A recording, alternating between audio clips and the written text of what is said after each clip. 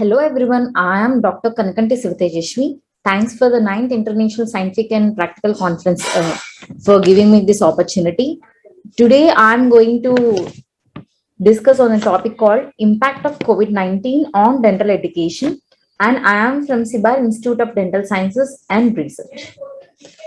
Coming to the topic, we already know this the SARS COVID-19 have been infected all through the world since from 2019. The SARS-CoV-19 virus is hypothesized to be a zoonotic infection that continues to undergo human-to-human transmission globally.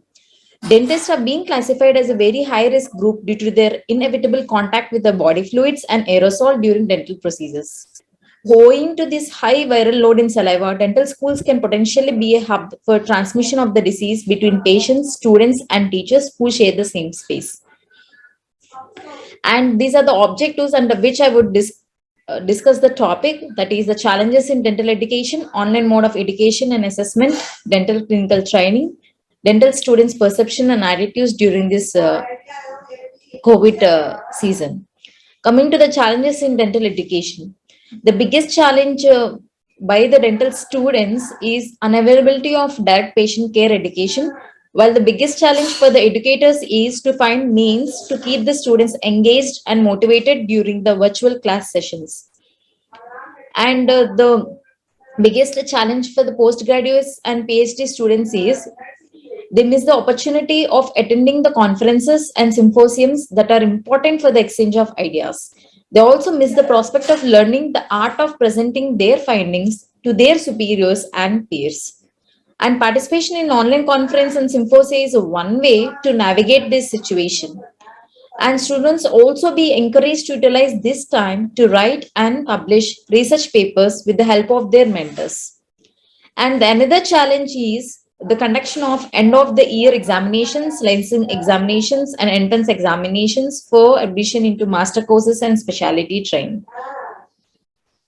Coming to the online mode of education and assessment. In online mode of education and assessment, there are advantages as well as disadvantages. The advantages for the dental students is they can learn at their pace at a place that is most comfortable to them, and it saves time and usually less expensive than enrolling into a physical course. And it also facilitates participation from individuals across a wide range of learning abilities. And from the administrative point of view, it overcomes the hassle of faculty shortage, improves working hours of the educators, and shifts from a passive teacher-centric method of education to a more interactive learner-centric model.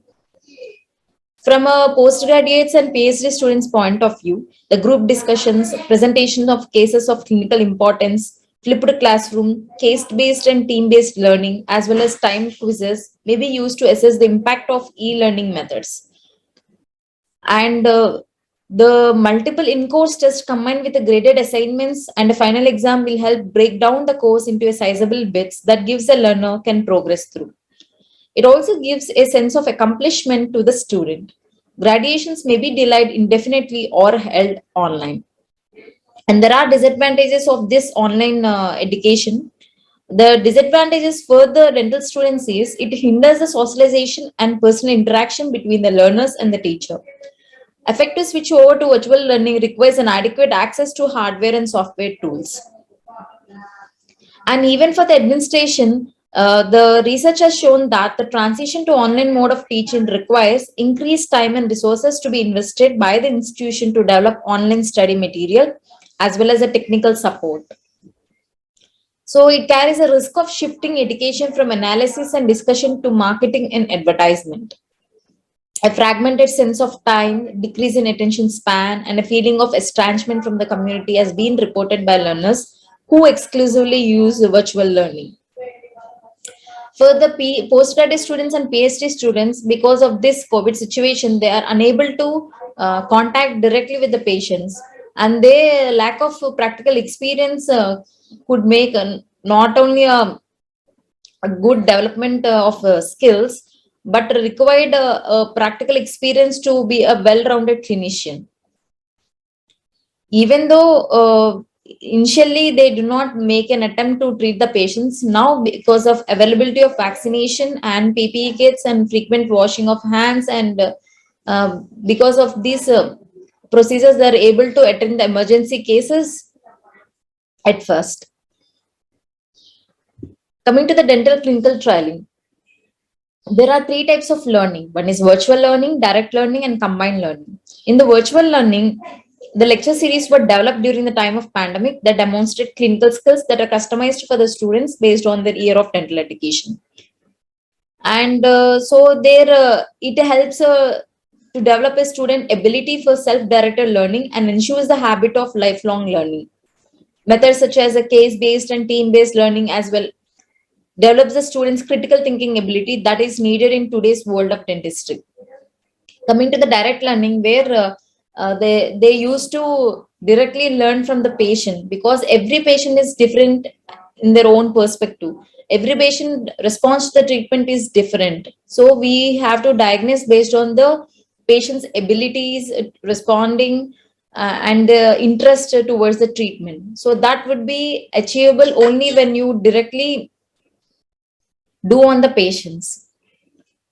So this type of learning is direct learning, but because of COVID, this has been hampered.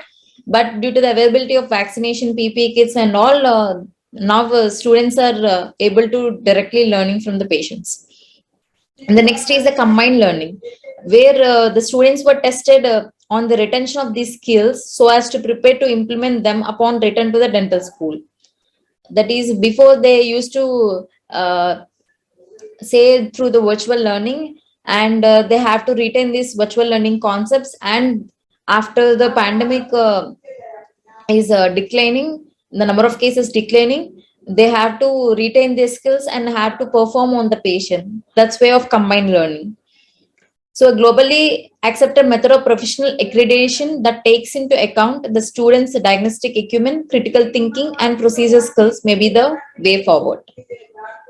Coming to the dental students' perceptions and attitudes, that is the psychological impact of COVID-19 on dental students. Initially, dental students are negatively affected by the fear of being infected by the virus. Now, instinctively, the dental students have set up the support and volunteer groups despite their own immense anxieties regarding their academic research, evaluation, and accommodation.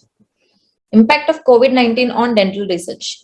Even the COVID-19 break notably resulted in the cancellation of March 2020 conference of International Association of Dental Research in Washington, which is one of the largest international dental research events. Even though it is cancelled, it has been conducted online, where so many members have been participated in it. But because of this COVID impact, the direct relation with the students or the peers internationally has been hampered, because even though it is conducted online, we couldn't get a chance to contact with one another and to share the ideas over a whole when compared to the direct meeting. Finally, I concluded that the COVID-19 outbreaks make providing clinical dentistry and education within the field of a difficulty. However, the dental educators now have the capabilities and technologies to modernize their approaches of teaching by adopting new digital concepts to amplify the communication online. Thank you so much for giving me this opportunity.